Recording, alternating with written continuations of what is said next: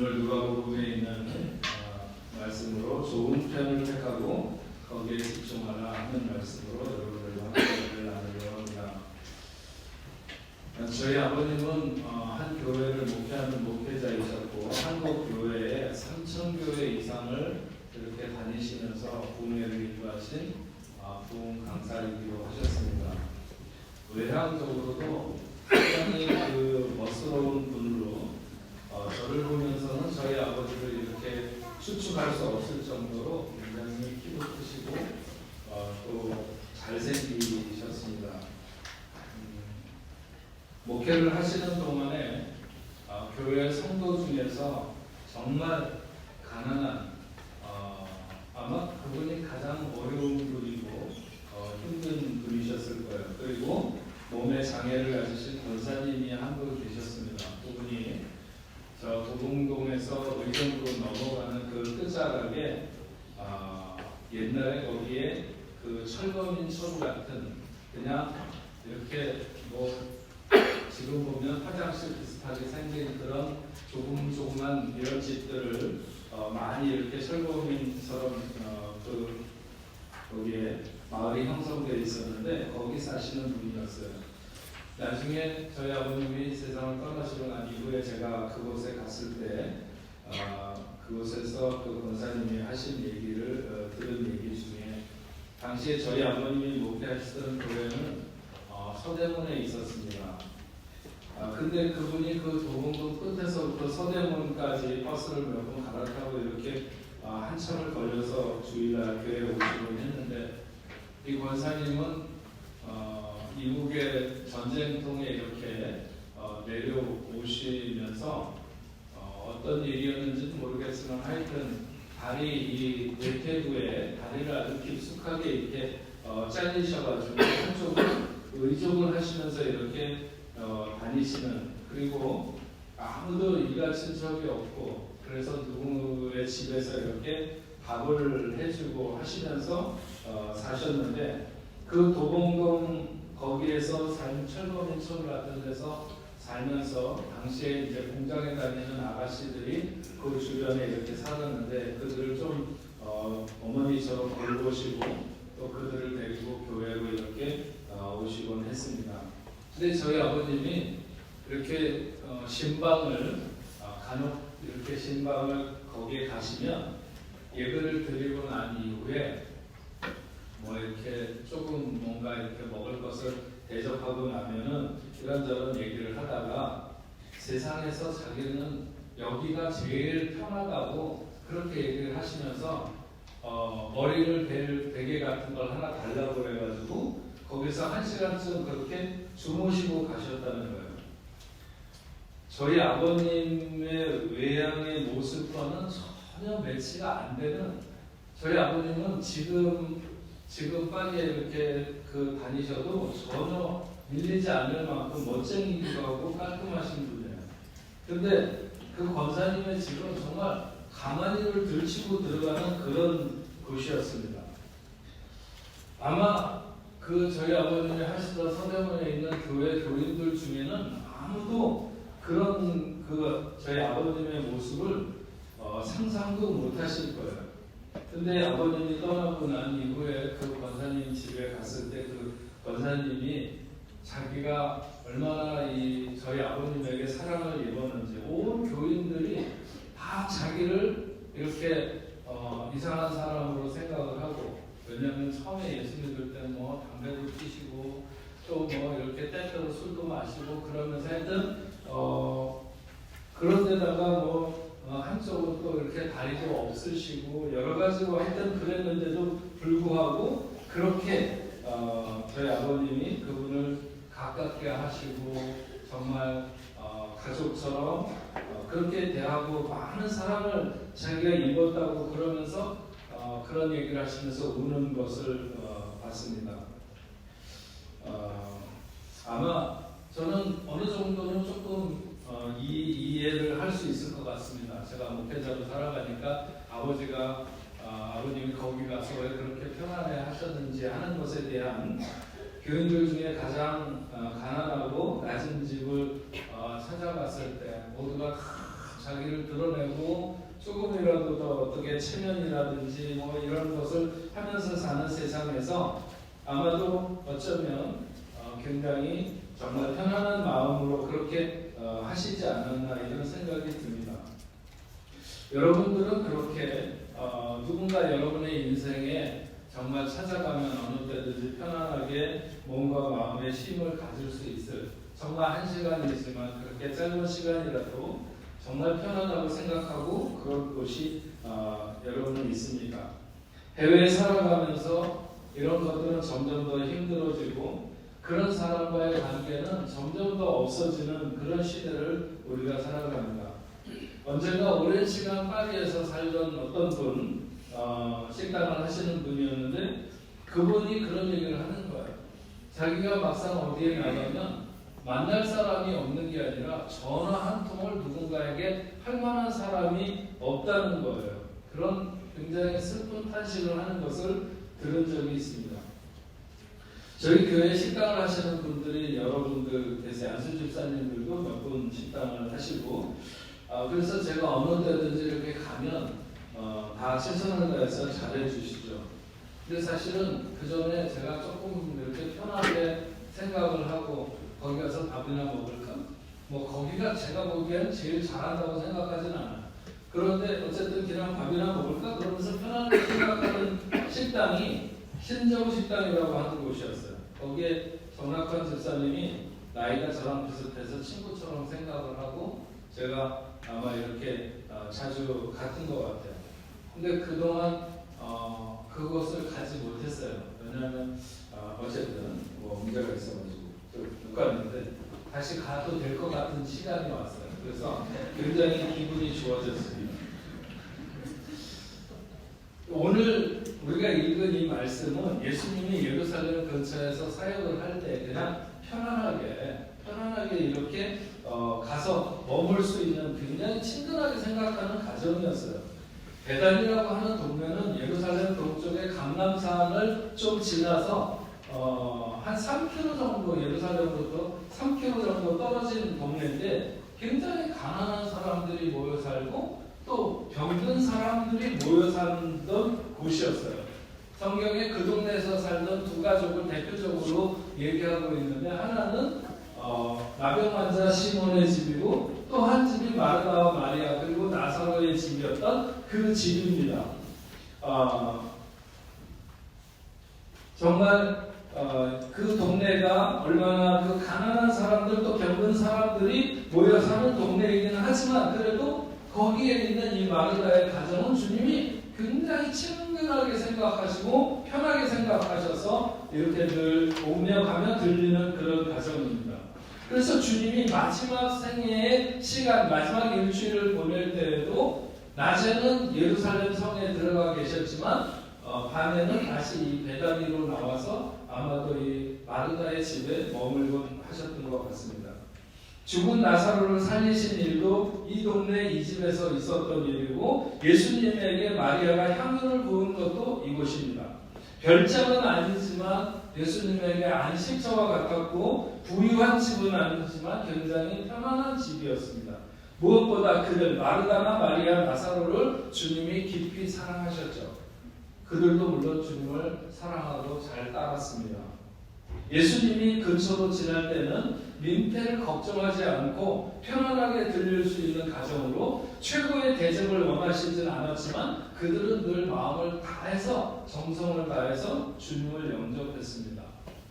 어느 날도 마찬가지로 주님은 복음 사역을 하며 그곳을 지나가게 되었고 마르다와 마리아 이들은 이 소식을 듣고 주님을 자기 집으로 모시기 원했습니다. 마르다와 마리아 중에 마르다가 언니고 그 위에 오빠 나사로가 있지만 손님 대접하는 것에 대한 모든 주도권은 마르다가 가지고 있었을 것입니다. 손님을 맞는 마르다는 분주할 수밖에 없었죠. 근면하고 성실한 마르다 정도가 되니까 예수님의 입양을 맞을 수 있습니다. 예수님은 혼자 다니시지 않았어요. 그렇게 해서 많은 사람들이 따라다녔어요. 그래서 적어도 10명 이상 더 굉장히 많을 거라고 이렇게 말하시는 분들도 있어요. 어쨌든 10명 내외가 된다 하더라도 손님을 맞는 사람의 성격에 따라 다르겠지만 냉수 한 잔 이렇게 갖다가 다 돌리는 것만 해도 쉽지 않은 일입니다. 우리 교회 교인들 중에서 오해하는 것 중에 하나가 뭐냐면 제 아내가 굉장히 요리를 잘한다고 생각하는데 그거 오해입니다. 살림을 잘한다고 생각하시는 분들도 있는데 그것도 오해입니다. 근데 손님 대접을 할 때 최선을 다하거나 진심으로 하는 것, 그거는 맞습니다. 예수님도 자주 오고 싶을 만한 그런 가정일지는 제가 잘 모르겠지만 어쨌든 누구든지 간에 손님에게 최선을 다해서 영접하는 것만은 분명해요. 굉장히 부지런하죠. 저는 적당히 하라고 합니다.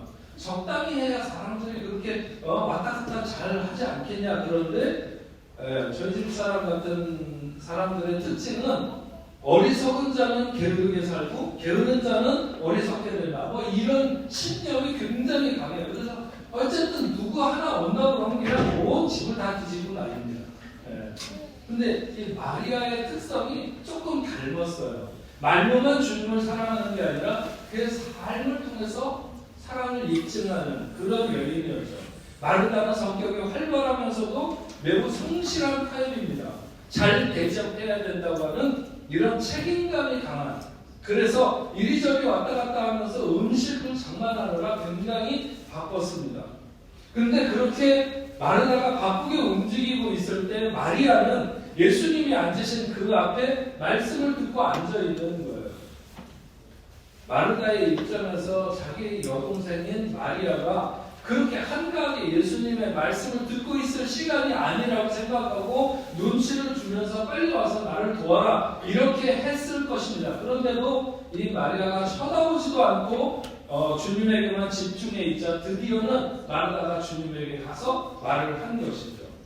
내 동생이 나 혼자 일하게 두는 것을 생각하지 아니하시나이까. 그를 명하사 나를 도와주라 하소서. 수많은 마르다들은 이 순간에 아마 생각할 겁니다. 당연하지. 지금 그러고 있을 때가 아니잖아. 예수님께 그렇게 말하는 것은 당연하다고 생각해. 나는 이런 입장을 가지고 있을 겁니다. 근데 요한복음 12장에 보면 오늘 말씀과 병행을 이루는 그 말씀을 보면 이 세 사람에 대한 기록이 나오는데 마르다는 음식을 만들고 나사로는 말씀을 듣고 마리아는 향유를 붓는 이런 장면을 얘기해 놓고 있습니다. 여기 말씀을 보면 거기서 예수를 위하여 잔치할세 마르다는 일을 하고 나사로는 예수와 함께 앉은 자 중에 있더라. 마리아는 지극히 비싼 향유고 순전한 나드 한 그릇을 가져다가 예수의 발에 붓고 자기 머리털로 그 발을 닦으니 향유 냄새가 집에 가득하더라. 예수님이 그의 공생의 사역 중에 몇 번이나 이 마르다와 마르다의 집을 방문하셨는지는 모르겠지만 대부분의 경우에 그럴 때마다 마르다는 그의 몸과 정신을 대접하는데 손님을 대접하는데 빼앗기고 있었고 마리아는 예수님의 말씀을 듣는 데 집중하고 있었습니다. 하지만 결국 예수님의 몸에 향유를 부은 것은 마르다가 아니고 마리아라고 하는 것이었고 그렇게 예수님의 몸에 향유를 부은 것은 예수님의 구속사를 이루기 위한 주님의 여정에 마리아가 그 준비된 자로 쓰임받고 있다고 하는 것을 알 수 있습니다. 본문 40절에 마르다는 준비하는 일이 많아서 마음이 분주하더라. 마음이 분주하다는 것은 마음을 사방에서 잡아당긴다는 거예요. 이게 굉장히 마음이 한쪽으로 집중하지 못하고 어수선해지는 거죠. 지나치게 바쁜 가운데 있는 마르다와 예수님 앞에서 말씀을 듣고 있는 고요한 마리아의 모습은 너무나도 대조적입니다. 마르다는 자기도 예수님의 말씀을 듣고 싶다. 나도 이렇게 뛰어다니지 않고 앉아서 예수님의 말씀을 듣고 싶다고 하는 것이라기보다는 예수님을 먹게 하고 마시게 할 수 있는 것을 해드리고 싶은 것이 더 중요한 것이었어요. 그런데 우리가 예수님을 위해서 무엇을 하려고 하기 전에 먼저 예수로부터 무엇을 받아야 할 것이 있음을 알아야 한다는 것이죠. 우리는 하나님으로부터 영적 양식을 공급받기 위해서 그분이 우리에게 주실 기회를 먼저 그분에게 드려야 된다. 신앙생활에서 이것이 굉장히 중요합니다. 주님이 말씀하셨어요. 마르다야, 네가 많은 일로 염려하고 근심하나 몇 가지만 하든지 혹은 한 가지만이라도 족하리라. 마르다가 예수님을 섬기려고 하는 열심과 노력을 나타냈지만 그런 봉사에 대한 열심이 오히려 그 사람에게 어떤 근심과 염려를 만들어냈어요. 그것은 그의 행동 중심에 예수보다는 그녀 자신이 자리하고 있다고 하는 것을 말하는 것입니다. 예수를 섬기는 것은 예수의 뜻 가운데서 이루어져야 돼요. 항상. 마르다가 많은 일로 분주하지만 실제로 그것이 주님을 기쁘게 하지는 못했어요. 우리는 내가 무엇을 하거나 내가 무엇을 이루는 것에 하나님이 관심 가져주시기를 바라고 하나님이 기뻐하시도록 요구해서는 안 된다고 하는 것이죠. 철저하게 하나님이 기뻐하시고 하나님이 원하시는 섬김이 되어야 된다고 하는 것입니다. 뿐만 아니라 주님께서 받으시는 봉사와 섬김은 다른 사람이 하나님을 섬기는 일에 방해가 되거나 질투하거나 혹은 시기해서는 안 된다. 주님의 발 아래에서 말씀을 경청하는 마리아의 행위도 조용한 가운데 이루어지는 일종의 섬김의 행위라고 말할 수 있습니다. 그런데 마르다는 자기 동생이 아무 일도 안 하고 놀고 있다고 이렇게 매도를 하고 있는 거죠. 교회 생활에서도 보면요, 여러분, 다른 사람이 섬기는 각 분야에 대해서 우리가 서로 인정하고 존중하는 것, 이런 태도가 있어야 됩니다. 그래서 크고 작은 것에 관계없이 또 중하고 경한 것에 관계없이 다른 사람이 섬기는 분야를 존중하지 못하고 경계를 마음대로 넘어가는 것은 신중하지 못한 일입니다. 서로 자신의 섬김의 자리를 그 영역을 잘 이렇게 지키는 것, 그것이 아름다운 일이기도 하고 서로가 잘 섬길 수 있는 자세이기도 합니다. 사실 마르다가 옳은가 마리아가 옳은가 하는 것은 바른 질문도 아니고 오늘 말씀의 결론도 아닙니다. 같은 어머니 뱃속에 태어난 쌍둥이도 그렇게 기질적으로 다를 수가 없어요. 하나님이 같지 않게 만들어 놓으신 거죠. 여러분들 중에도 형제들끼리라 할지라도 마치 자석의 N급과 S급처럼 그렇게 다른 사람들도 많이 있을 것입니다. 교회에는 바자회 하면 신이 나는 사람도 있고 어떤 사람은 큐티 세미나 같은 거 할 때 마음이 끌리는 사람도 있기 마련입니다. 저는 요즘 사람들의 성향을 따져보면 교회에 마리아보다는 마르다 같은 사람이 있어야 되는 거 아니야? 이런 생각이 종종 들 때가 있어요. 주님 생각하고는 좀 다르죠.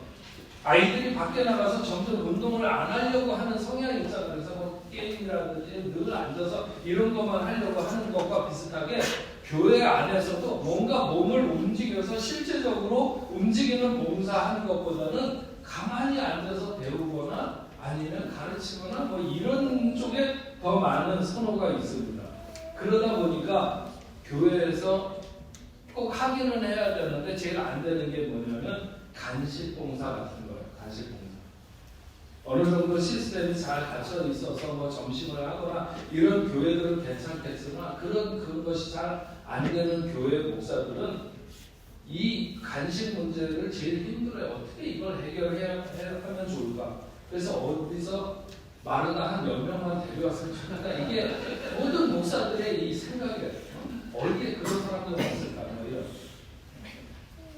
물론 마르다가 많으면 교회에 또 늘 불평과 원망이 많아요. 네, 서로가 그런 거 서로 술렁거리게 되는데 코로나 이후에 우리 2부 예배 끝나고 나서 간식을 안 하니까 저는 사실 작년 성도들에게 좀 미안해요. 끝나고 바로 가야 되잖아. 아무것도 없으니까 커피도 한 잔 안 주고.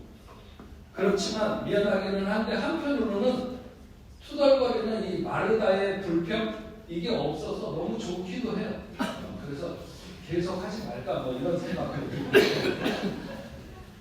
하지만 이런 것들은 생각해보면 초대교회의 역방향으로 거꾸로 가는 거죠. 초대교회는 매일 모였어요. 매일 밥을 해먹고 서로 나눴어요. 물론 그게 어떤 한두 사람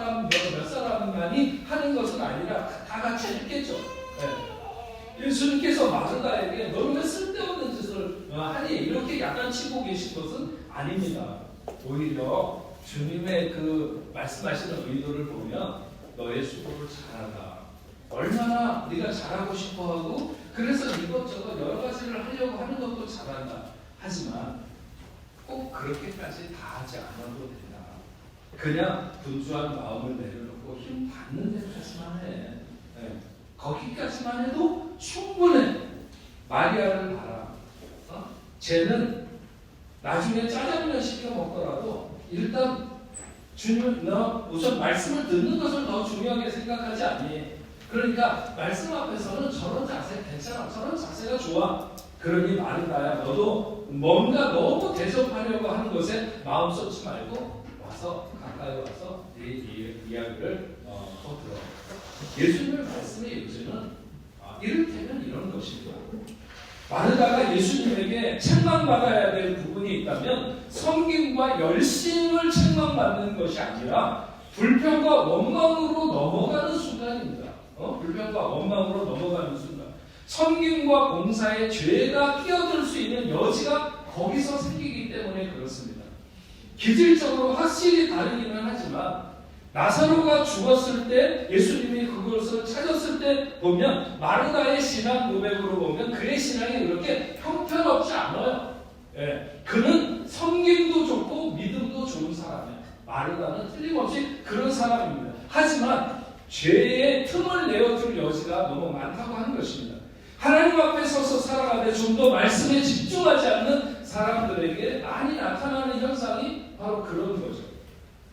기질적으로 이런 여러분 보게 되면 사람의 마음이 복잡해지고 산란해지는 가장 큰 이유가 뭔지 아세요?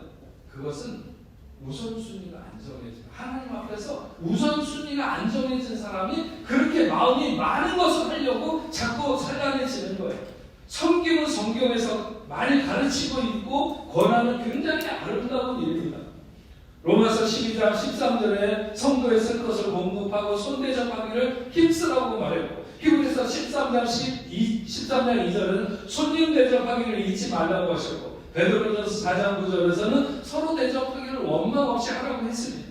하지만 아무리 성경에서 권하고 있는 아름다운 일이라 할지라도 우선순위가 정해져 있지 않으면 그런 섬김과 봉사가 쉽게 불평과 원망으로 넘어가게 되고 거기에 죄가 끼어들게 된다고 하는 것입니다. 그래서 항상 말씀이 그런 섬김과 봉사자의 마음을 붙들고 있어야 되는 거예요. 하나님의 말씀이 그들의 마음을 붙들고 있을 때 섬김이 빛나게 되는 것이죠. 오늘 이 말씀을 제가 본문으로 삼아서 여러분에게 말씀을 드리는 것은 교회 생활을 할 때 좀 더 좋은 편을 택하고 거기에 집중한다고 하는 것이 무엇인가 하는 것에 대해서 말씀을 드리려고 하는 거예요. 다음 달부터 교회에서 주일 설교를 같이 묵상하고 나눌 수 있는 이 뽕 리딩이라고 하는 이런 소책자가 한 것이 다음 주부터 나눠줄 겁니다. 한 40페이지 되는데 여기에 뭐가 들어있냐면 3월과 4월에 제가 설교할 모든 설교 제목과 본문, 그리고 그 말씀을 이해하기 좋은 주변에 있는 말씀들이 기록되어 있고, 말씀이 전달되고 난 이후에 각 소그룹 뽕 모임에서 함께 나누어질 질문들을 여기다 이렇게 담아놨어요.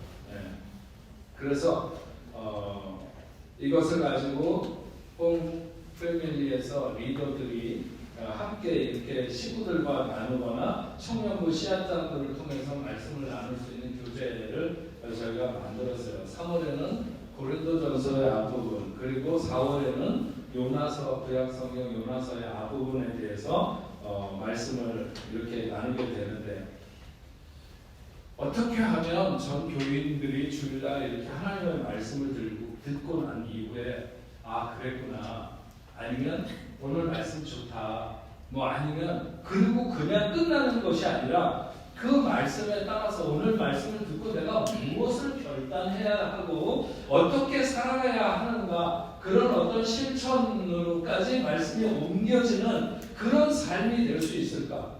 우리가 교회 생활을 하면서 많은 사람들이 너무 외형적인 신앙생활에 집중하는데 그것보다는 말씀을 통해서 변화와 성장을 이루는 신앙생활이 중요하다.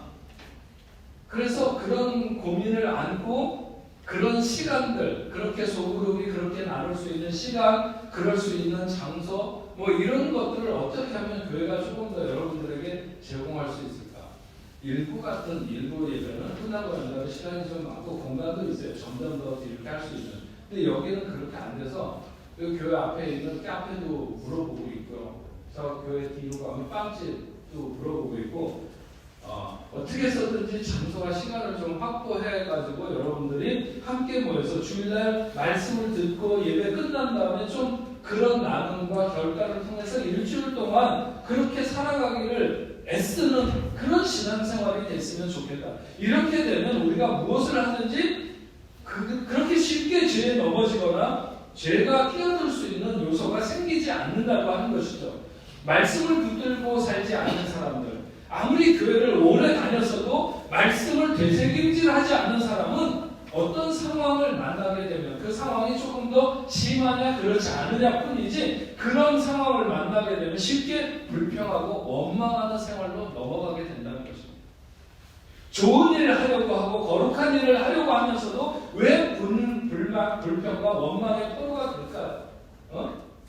설교하기 위해서 맞아야 하면서 누가 더 좋은 자리 차지할까 그거 갖고 교인들끼리 싸운다니까. 왜 그럴까요? 말씀을 되새김질하지 않아서 그런 거죠. 사도행전 17장 11절 이하에 보면 베레아에 있는 사람들은 데살로니가에 있는 사람들보다 더 너그러워서 옛날 성경에 더 신사적이어서 간절한 마음으로 말씀을 받고 이것이 그런가 하여 날마다 성경을 상고함으로 이렇게 얘기했습니다. 하나님의 말씀을 받는 것만이 중요한 것이 아니라 그것이 정말 그런가 하여 생활 속에서 말씀과 대조하면서 그 말씀을 소화를 시키는 거죠. 그래서 저는 그 말을 이렇게 바꿔봤습니다. 복내부교에 다니는 사람들은 그 시대에 파리에 사는 사람들보다 더 순전해서 마음으로 말씀을 받고 이것이 그런가요? 날마다 성경을 되새김질함으로 그 어떤 시험에도 빠지지 않고 어떤 환난이 오거나 어떤 시험이 와도 넘어지지 않고 넉넉히 이기더라.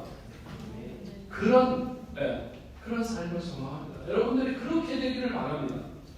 사랑하는 복내부 성도 여러분, 여러분들은 예수 믿고 교회 다니는데 정말 좀 한번 굉장히 좋은 신앙생활, 본질에 집중되어 있는 교회 생활을 여러 모양 여러 형태로 해갈 수 있어요. 마르다 같은 이도 있고 마리아 같은 사람도 있습니다. 그 중에 누가 더 낫고 누가 더 모자르다 이런 말을 하는 것이 아니라 하지만 분명히 더 좋은 편을 택하는 것, 그래서 거기에 집중하는 것이 있는데 그것은 교회 생활은 말씀을 중심으로 해야 한다. 이 말씀을 드리고 싶은 거예요. 교회는 끊임없이 여러분들이 좋은 신앙인으로 성장되어 가기를 원합니다.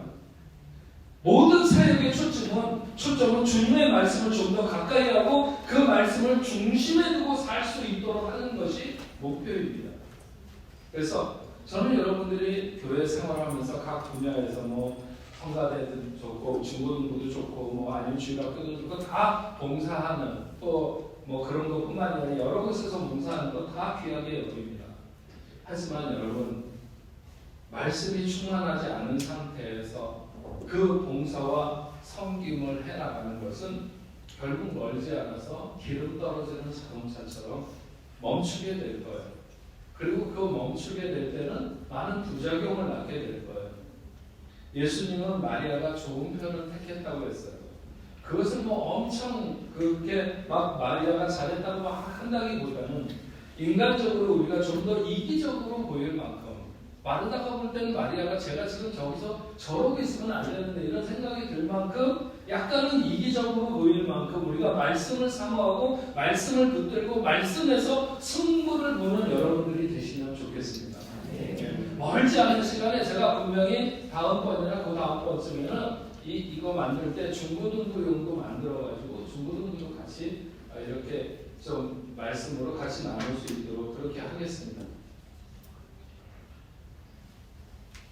본 리더들을 위해서 위해서 기도해 주시고 또 모든 사람들이 모일 수 있는 시간이 마련되고 공간이 마련되는 거, 뭐 사실 여러분 꼭 패밀리별로 한번 찾아보세요. 요 근처에 예배 끝나고 멀리 가지 않고 가서 함께 이렇게 할 수 있는 그런 장소도 찾아보시고 시간도 마련하고, 그러면서 주어진 말씀을 듣고 그냥 말씀 뭐 괜찮았어, 아니면 그렇구나 하고 그냥 돌아가는 것이 아니라 이 말씀을 내 삶에 어떻게 적용할지, 그래서 말씀 듣는 것으로 그 한 주간을 지나는 동안에 내 삶의 변화가 나타나고 그 말씀을 실천으로 옮기는 이런 것이 오늘 그리스도인의 삶이 되어야 되지 않는가, 이런 생각을 합니다.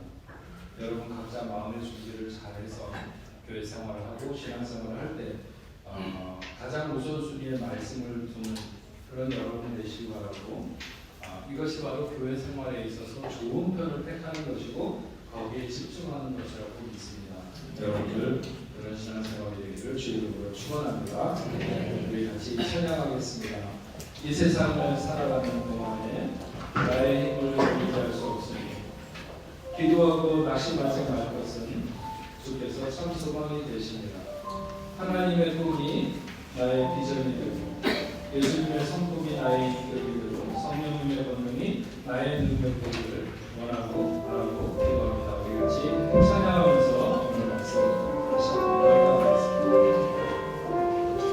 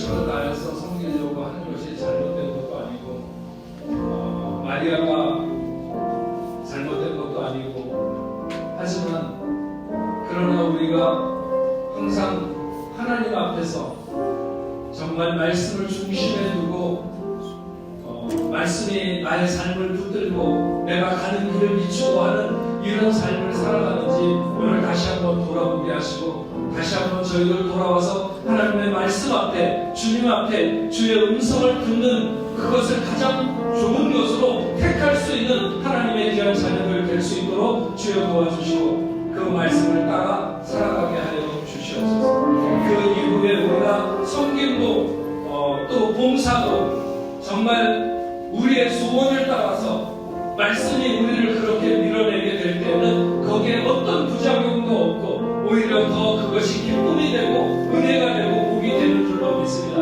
그런 삶이 될 수 있도록 주여 역사하여 주시옵소서. 아버지 하나님, 오늘도 하나님 앞에서 저들이 예배하며 귀한 예물을 구별하여 드렸습니다.